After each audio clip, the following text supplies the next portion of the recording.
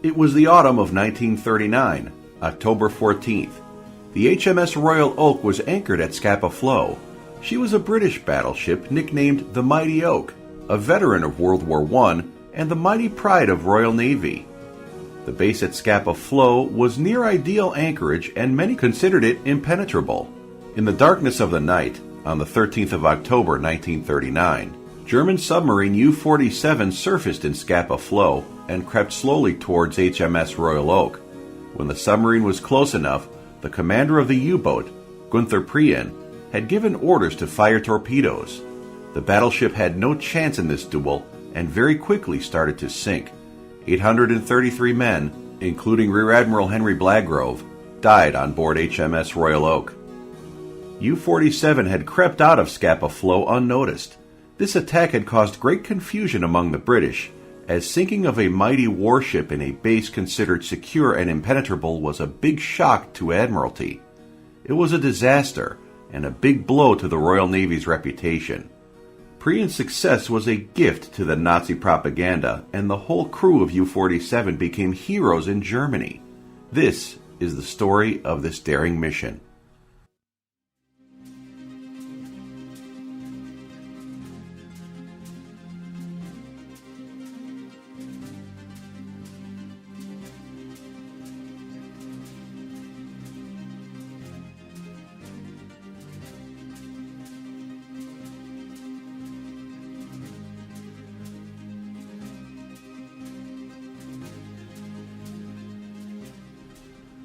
On Sunday, the 3rd of September 1939, Great Britain had declared war on Nazi Germany.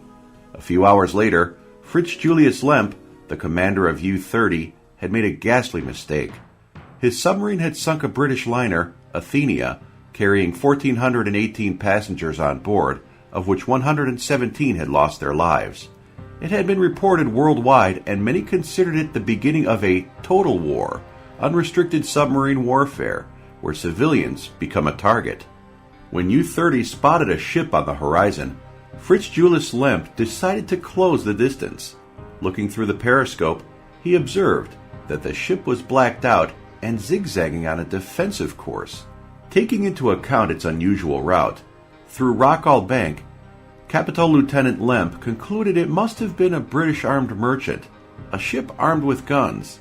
No warning is necessary under the prize regulations. He ordered to fire torpedoes. While observing the sinking ship, U-30 had intercepted Athenia's distress call, SSS, attacked by the submarine. Lemp asked for Lloyd's Register of Ships.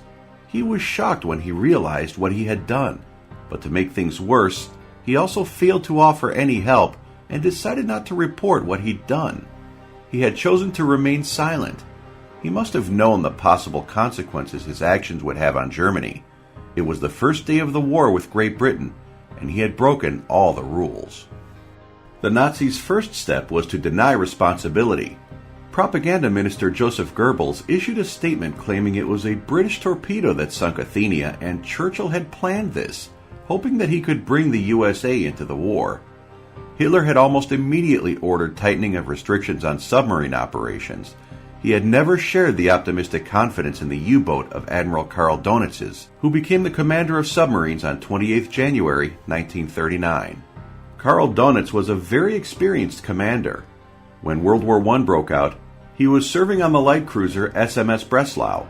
In October 1916, following his request, he had been transferred to submarine forces, where he was serving on board U-39 and UC-25. On 5th September 1918, he had been given command of UB-68. She got sunk by British forces a month later, and Donitz was taken prisoner. He had been kept in prisoner of war camp near the city of Sheffield, and finally released in July 1918. After being released and coming back to Germany, he served on torpedo boat and the cruiser Emden. On 1st September 1933, he started a new chapter in his career, when he was put in command of the 1st U-boat flotilla. When the war broke out, German surface fleet was no match for the British.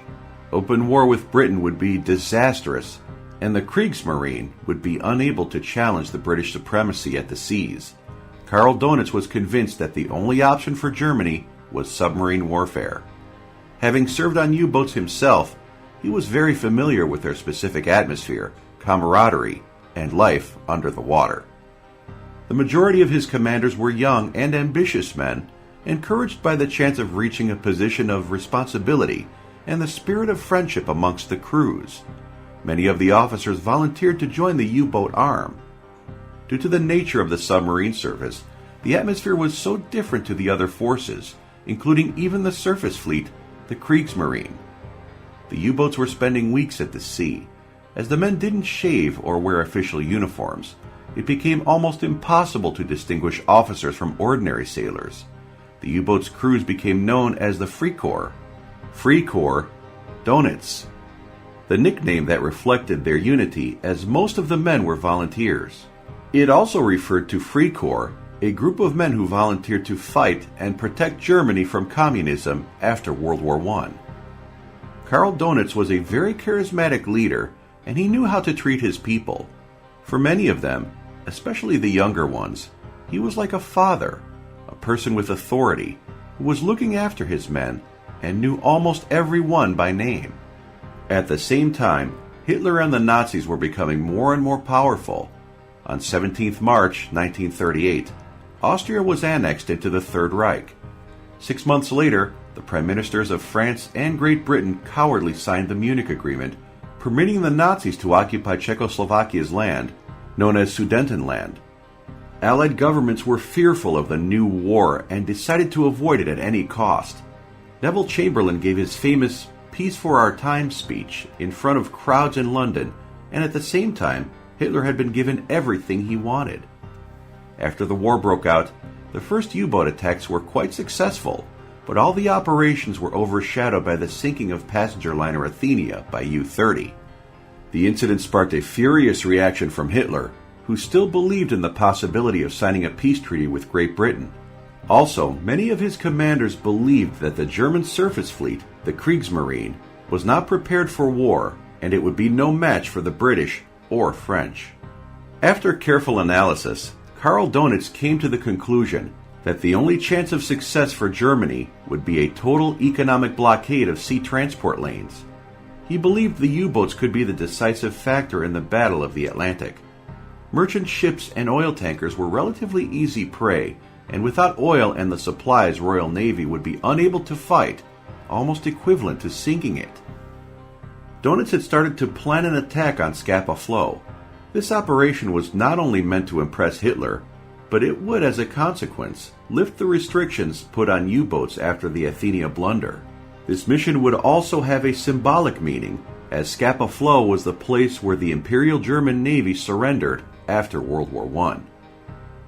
On 21 June 1919, German Admiral Ludwig von Reuter ordered his fleet to scuttle.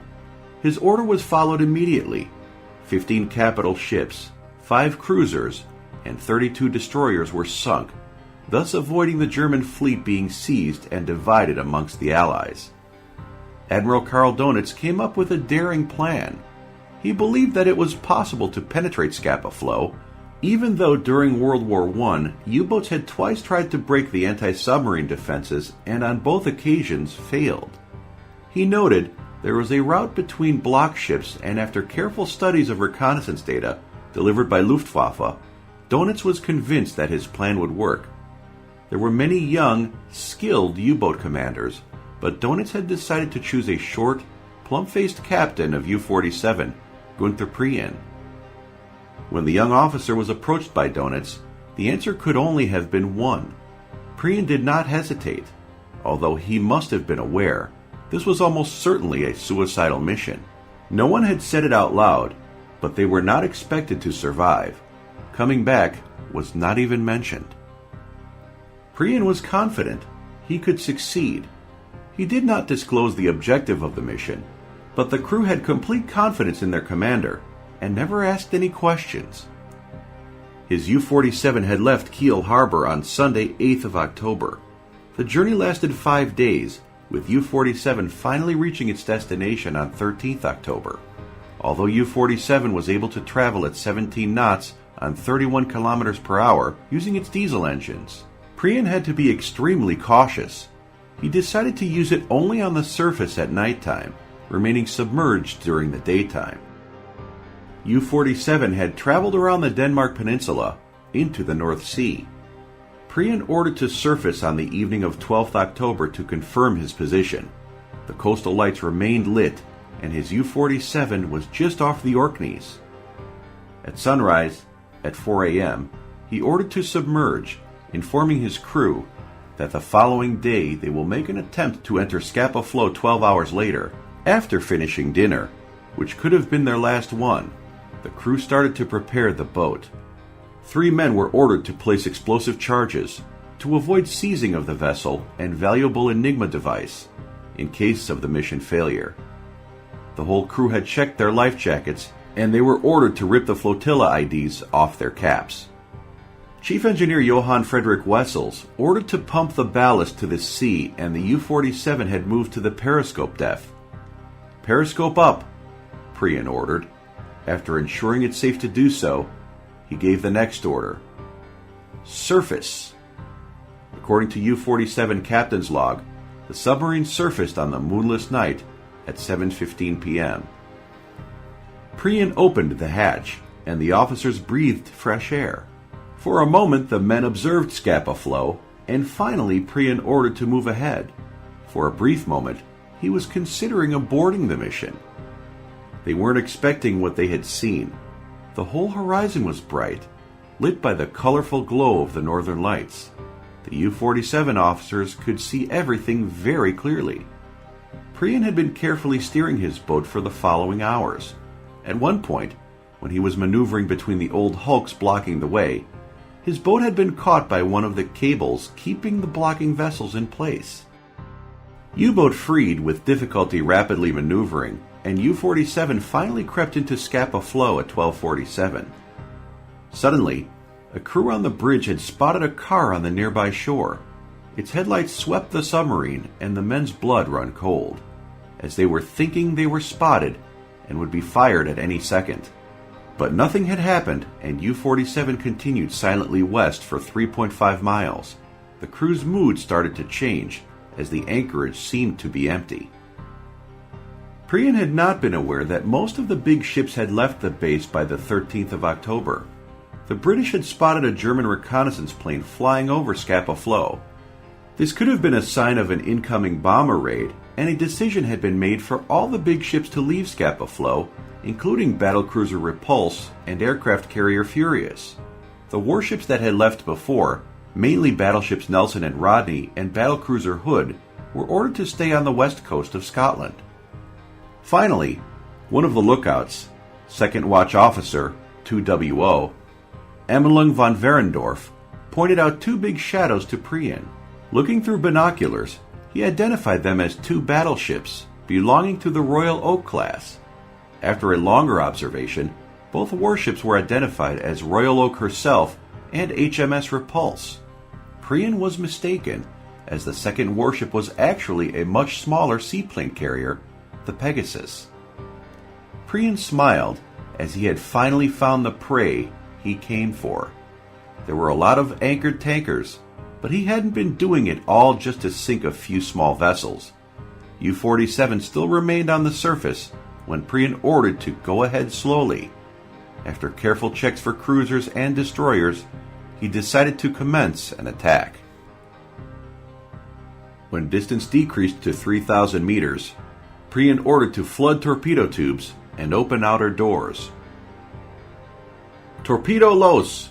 ordered Prien, and the first torpedo had been fired. U-47 rocked slightly, and the fired torpedoes accelerated to 30 knots and ran in silence towards the battleship. The watch in the conning tower counted seconds to explosion. Only the first torpedo hit the Oak's starboard, but Prien, seeing no explosion, assumed he hit the ship he mistakenly identified as Repulse. It was well known that torpedoes were not very reliable, so he ordered to fire the stern tube. He missed again, but he did not want to give up. Not now. He ordered to reload the bow tubes. 3 torpedoes had been fired, and this time, all 3 had found their target. At 1:16 came the sound of the detonations. Over 2,400 tons of TNT exploded, and Prien, from his conning tower, observed columns of water, smoke, and flames, as Royal Oak had been hit in the cordite storage. All three had found their targets. Most of the crew on board Royal Oak were asleep. Although the first explosion shook the ship, no one was worried. It was thought it may have been an internal explosion, and no one ever thought about the possibility of a submarine attack. Prien had observed as the ship almost immediately began to list.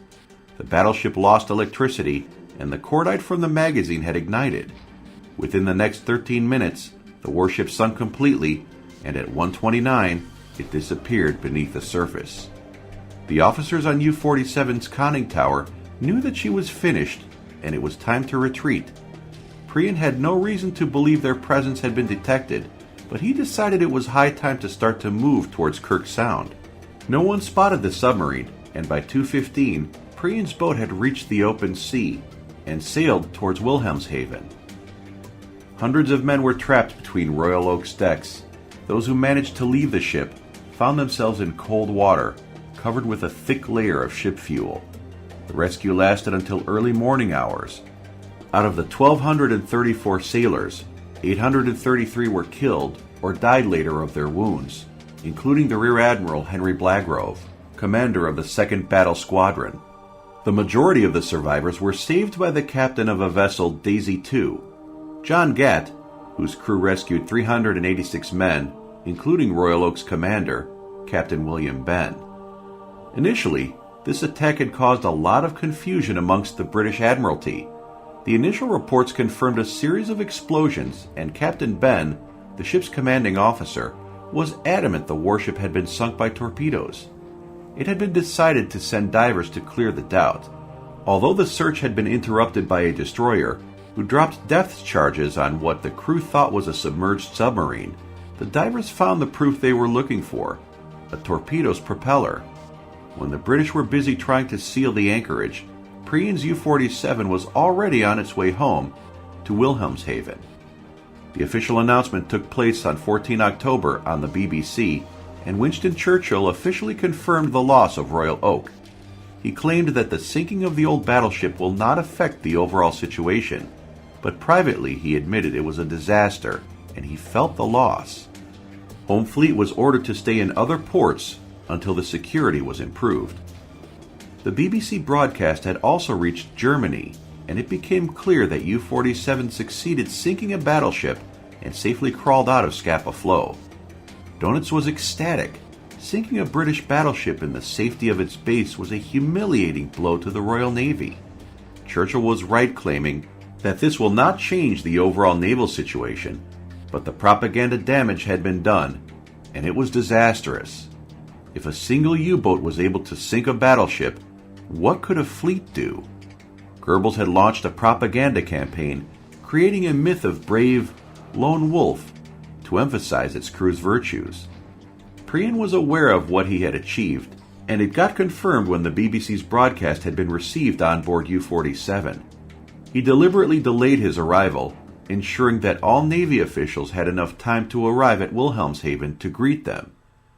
When they had reached the port at 11:44 on 17 October, Commander-in-Chief of the German Army, Erich Raeder himself, greeted them and awarded Prien with the Iron Cross First Class and the rest of the crew with the Iron Cross Second Class. When approaching Wilhelmshaven, the crew decorated the submarine's conning tower with the image of a charging bull. Prien very quickly got nicknamed the Bull of Scapa Flow, and even Adolf Hitler sent his private plane to fly the whole crew to Berlin to meet them personally.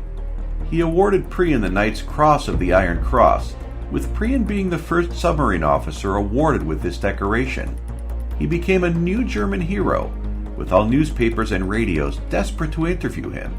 This was a great triumph for the German Navy, with the Kriegsmarine finally banishing ghosts of German fleet failure in World War I. It also resulted in Hitler lifting all restrictions imposed on the U-boat arm after the Athenia disaster. For the first time ever, the Germans started to think that the Royal Navy can be defeated. Sinking Royal Oak did not change the naval situation, but made the Germans believe the war on the seas could be won. Karl Dönitz was also promoted from Commodore to Rear Admiral.